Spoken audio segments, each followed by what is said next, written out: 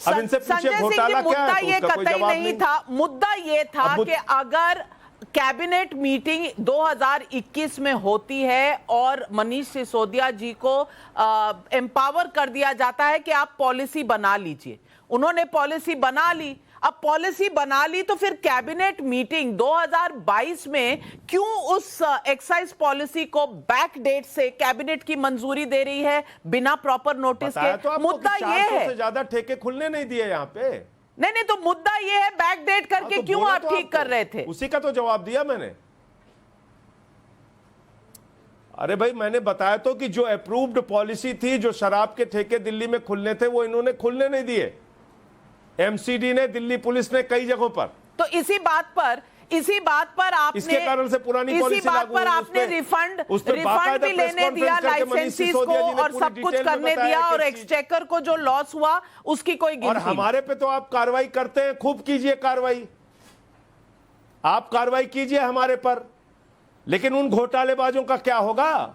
42,000 करोड़ का घोटाला डीएचएफएल ने किया, 29 करोड़ बीजेपी को चंदा दिया। कितने बीजेपी नेताओं से पूछताछ हुई? 23,000 करोड़ का एबीजी शिपयार्ड ने घोटाला किया, कितने लोगों पे कार्रवाई हुई? नीरव मोदी, मेहुल चोकसी, ललित मोदी, विजय माल्या, नितिन संदेशरा, पता नहीं कितने नाम हैं, हजारों करोड़ लूट के हिंदुस्तान को चिढ़ा रहे। चलिए जवाब दीजिए सुधांशु त्रिवेदी जी। येदियुरप्पा पे जेल गए, आप सिर्फ आम आदमी पार्टी से जवाब मांगते हैं, इन्वेस्टिगेशन उनकी कराते हैं, आप बड़े बड़े जो धन्ना सेठ भाग गए उनकी नहीं कराते। देखिए, मैं उस बात का भी जवाब दूंगा। पहले एक लाइन बता दूं, एक्साइज पॉलिसी विड्रॉ करने के उदाहरण में एक उदाहरण भी बता देता हूं। एक कंपनी को ठेका दिया गया और 30 करोड़ रुपए उसका अर्नेस्ट मनी डिपॉजिट किया गया, और उसके बाद ठेका देने के बाद यह कहा गया कि साहब इसने बाकी शर्तें पूरी नहीं कर पाई, जो परमिशन मिलनी थी पूरी नहीं कर पाई, इसलिए 30 करोड़ वापस कर दिया गया।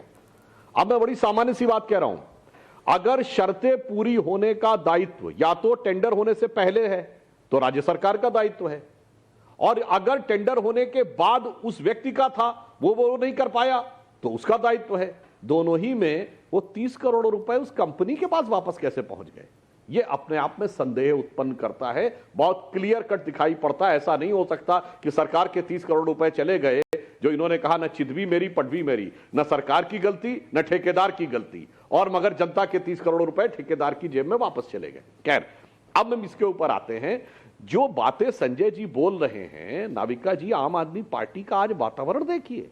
ये वो पार्टी है जो सत्ता में आने से पहले कहा था सारी संसद चोर है, सारे के सारे बेईमान हैं, आगे से हमारा जीरो टॉलरेंस ये रहेगा, आरोप लगते ही इस्तीफा दो, आरोप लगते ही मुकदमा चले, एक लोकपाल नियुक्त होना चाहिए जो जिसके ऊपर आरोप लगेगा, आरोप मात्र से सारी उसकी पावर खत्म होनी चाहिए। और आज वो पार्टी है जिसका आरोप तो छोड़िए, मुकदमा दर्ज होने के बाद, कोर्ट से राहत न मिलने के बाद भी इनके मंत्री जेल में हैं।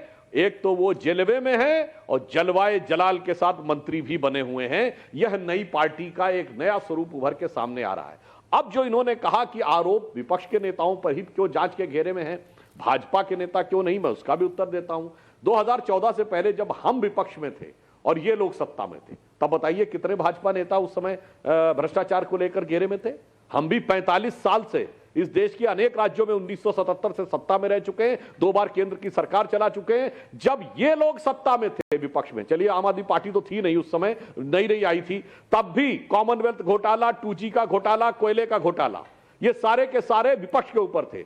मुलायम सिंह जी के ऊपर, मायावती जी के ऊपर, लालू प्रसाद यादव के ऊपर, डीएमके के ऊपर, अकाली दल के ऊपर, सब पे मुकदमे थे, सबके ऊपर केसेस चल रहे थे। भाजपा के नेता पे कोई केस नहीं चल रहा था, क्योंकि भ्रष्टाचार आपका नैसर्गिक चरित्र था, सत्ता में रहे या विपक्ष में। हमारे ऊपर न तब हम जांच एजेंसी के फंदे में थे जब विपक्ष में थे, ना अब हैं। इसलिए जो आप ये कहने का प्रयास कर रहे हैं, हकीकत में क्या है कि आप सब लोग भी उसी रंग में रंग गए हैं। राजयोग के साथ राजरोग आ गया है आम आदमी पार्टी में। इसीलिए भ्रष्टाचारियों के साथ ही नहीं, भ्रष्टाचारियों का समर्थन और बचाव करते हुए नजर आ रहे हैं। इसीलिए कट्टर ईमानदार नेताओं को कोर्ट से भी राहत नहीं मिल पा रही।